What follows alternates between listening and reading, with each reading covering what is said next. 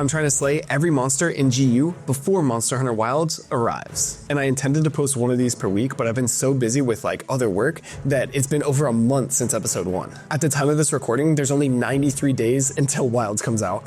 Last time, I took down all of these monsters, plus an Gypceros that I forgot to add to the episode. And I tried to end the episode by slaying a Tetsucabra, but my golden palico, Franco, stole my kill. But now, I'm well rested and fired up. So let's dive in to episode 2. After Franco stole my kill last episode, I felt it was my solemn duty to spill demon frog blood today. And because I technically cleared my urgent quest, the Master of Style had something to tell me.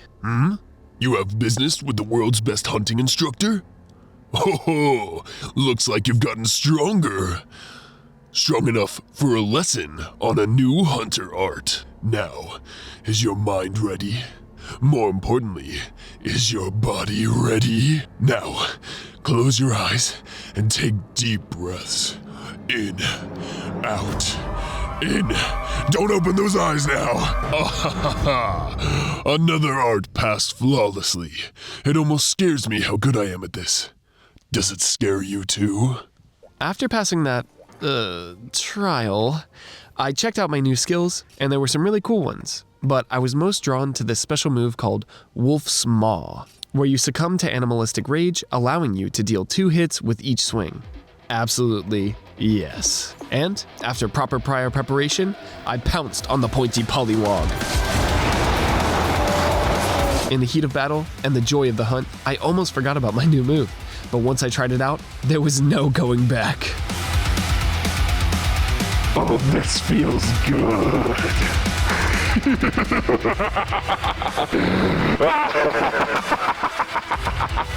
And in no time, Tetsucabra was added to my list.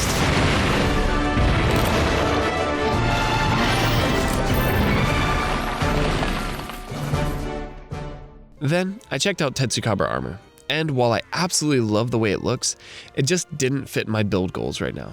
Maybe I'll use it in high rank or layer it in G rank. Then, I checked to see if there were any new weapons I could make. And I noticed that the Velosprey claws had 10% affinity right out of the gate, plus 2 decoration slots. And while the sharpness was less, it was also 10 more attack power than my Yukimo duo. So it was definitely worth the trade-off for the extra damage. And I forged the Velosprey claws. But I really wanted to get back to green sharpness, and it would also upgrade it to 90 attack if I brought it up 1 level. So it was time to grind for Velocidrome heads.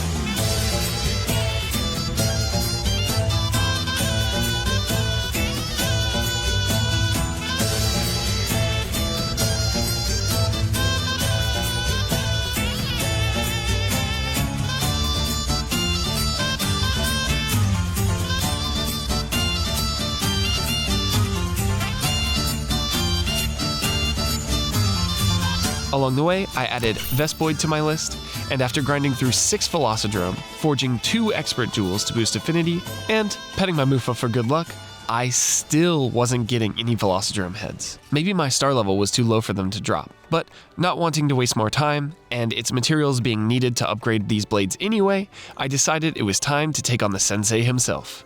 Yian Kut-Ku. I wasn't connected to the global audience back in the first few generations, but back in the day, the Japanese audience used to call Yian Kut-Ku sensei, which in Japanese means teacher, because it was the first monster that was built more like a true wyvern, and while it was silly, it could really kick your butt early game.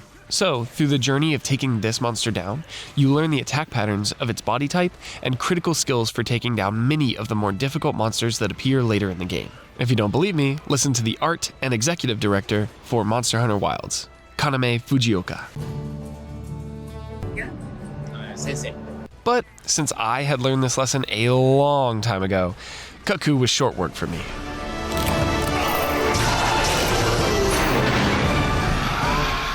Daimyo Hermitaur was my next target, and while I love its concept of an overgrown hermit crab with a Monoblos skull as its shell, it was easy work, right? Right? Oh no! It's trying to eat me! It's picking apart my armor piece by piece with the hope of consuming my man flesh! Easy work. No problems here.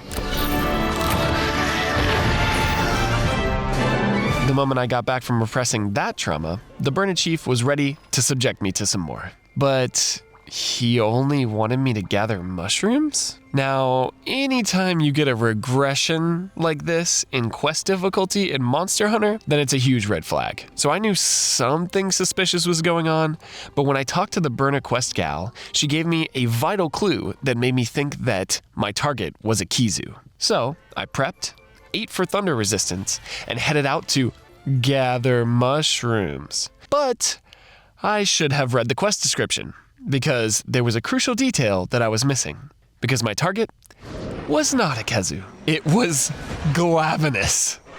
But that being the case, I may not have strong armor, and my weapons may not have green sharpness, but I do not back down from a challenge.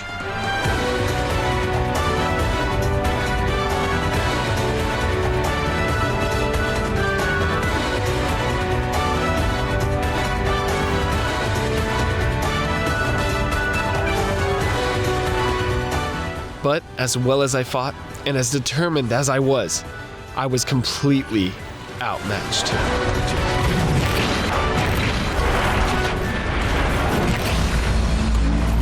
And I was wiped out with my very first triple cart in GU, and my first true failure.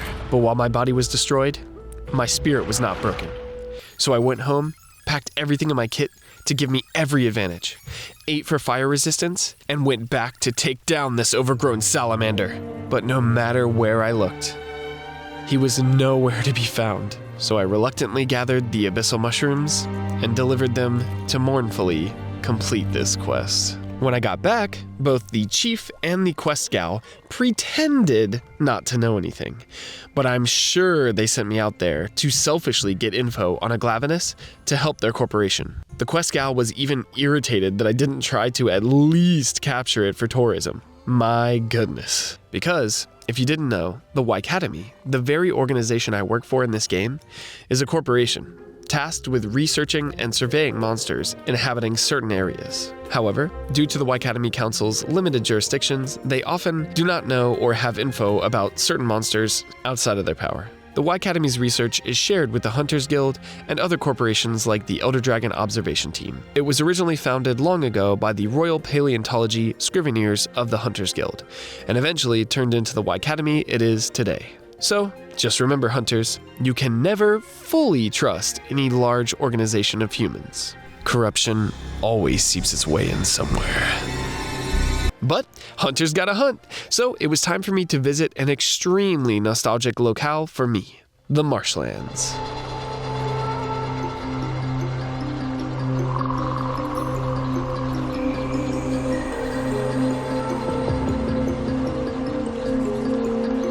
This map is heavily inspired by the Old Swamp from the first generation of Monster Hunter and the Swamp from the second generation. So I spent probably 5 years of my life in this map. I just love the creepy fog, the rainy weather, the humid grasslands just begging for an epic showdown, and even the cold, ominous caves. But on this map, I would also find my next target, the equally nostalgic Gypceros, a rubbery, electric-resistant wyvern with an abnormally stretchy tail and the ability to flash bomb you with the crystal on its forehead. The Gypceros immediately spotted me, but I wanted to see if I could turn the tables and Metal Gear Solid this boy. So I snuck around the back and actually managed to get a mount. Solid Snake would be proud. You're not gonna flash me, you pervert. That's my purse. I don't know you.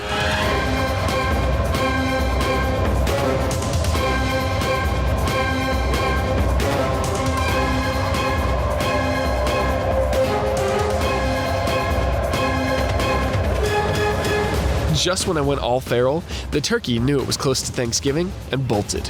So I took the opportunity to add some Aya Prey to the list, regretted not paintballing the Gypceros, and got back into the fray. But only a minute later, the wyvern took me for a fool and played dead. This is genuinely a feature of Gypceros. It will play dead, wait for you to hit it, and return the damage 7-fold with an extremely hard hit. But I wasn't gonna fall for that. I mounted it again and finished carving this turkey.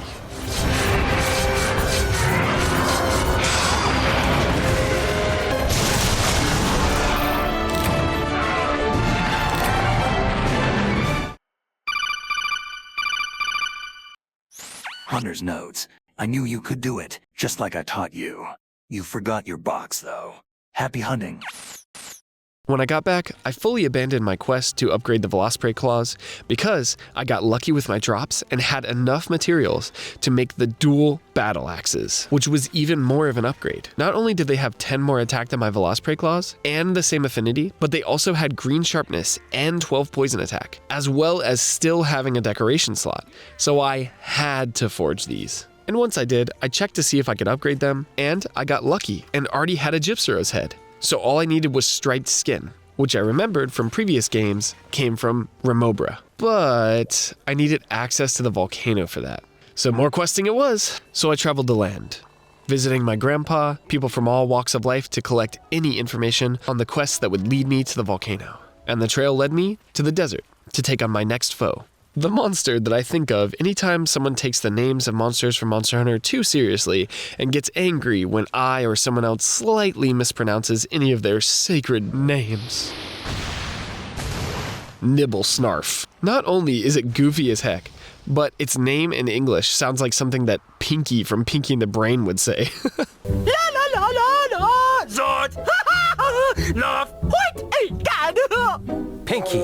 At least its name in Japanese, Hapuruboka, sounds cool. Anyway, it comboed me right away because of the disrespect and carded me once. And it was a super fun fight, but with my new axes, I took it down pretty easily. After that, I finally got some new duds for Spike and Franco, so they could feel like real palicos, deal more damage, and take more hits. Then, we ventured into the next location, a location from the 3rd generation, the Deserted Isle.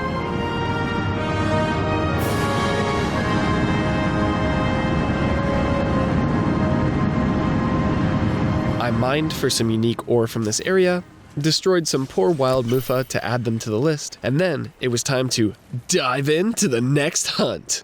Get it? Because I'm jumping into the what? Oh, okay. Royal Ludroth. But with my literal thousands of hours fighting this monster and my new axes, I made quick work of it.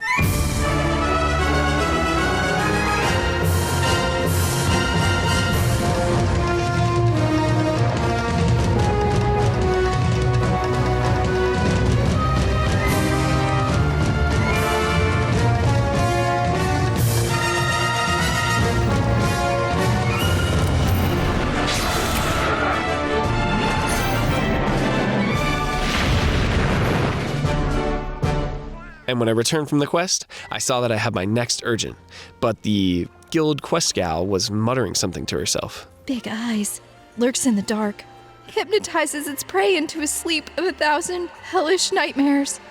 Yeesh, scary stuff. Oh, hi, hunter person. Just who I wanted to see. You've got another urgent quest to do. A White Academy survey team ran into a Malfestio hooting around the Jurassic frontier. Apparently, it's got crazy hypnotizing powers that can carry you off to Dreamland. Or, rather, Screaming Nightmare Land. But that doesn't scare you, right? The team needs it put down so they can get back to work. Go put that bird to bed. So I had my next urgent quest, the Nocturnal Enchanter, Malfestio. I was a little nervous because I didn't have much experience fighting it, and it certainly wasn't afraid of me.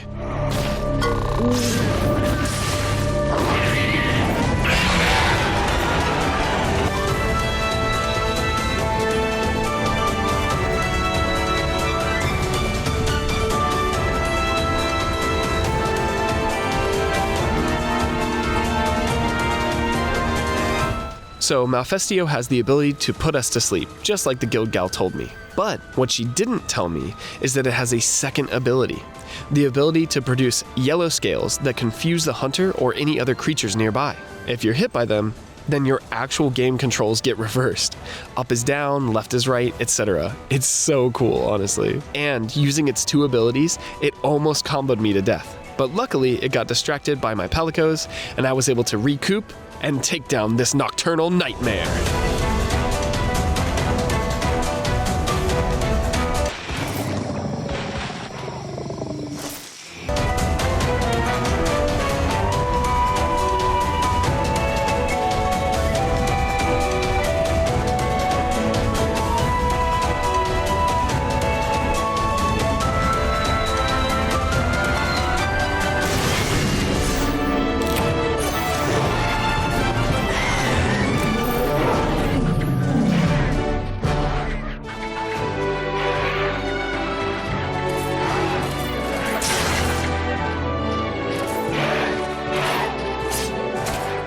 And with that, I felt like I had earned a nice rest. Next time, we'll venture into the volcano and upgrade these axes.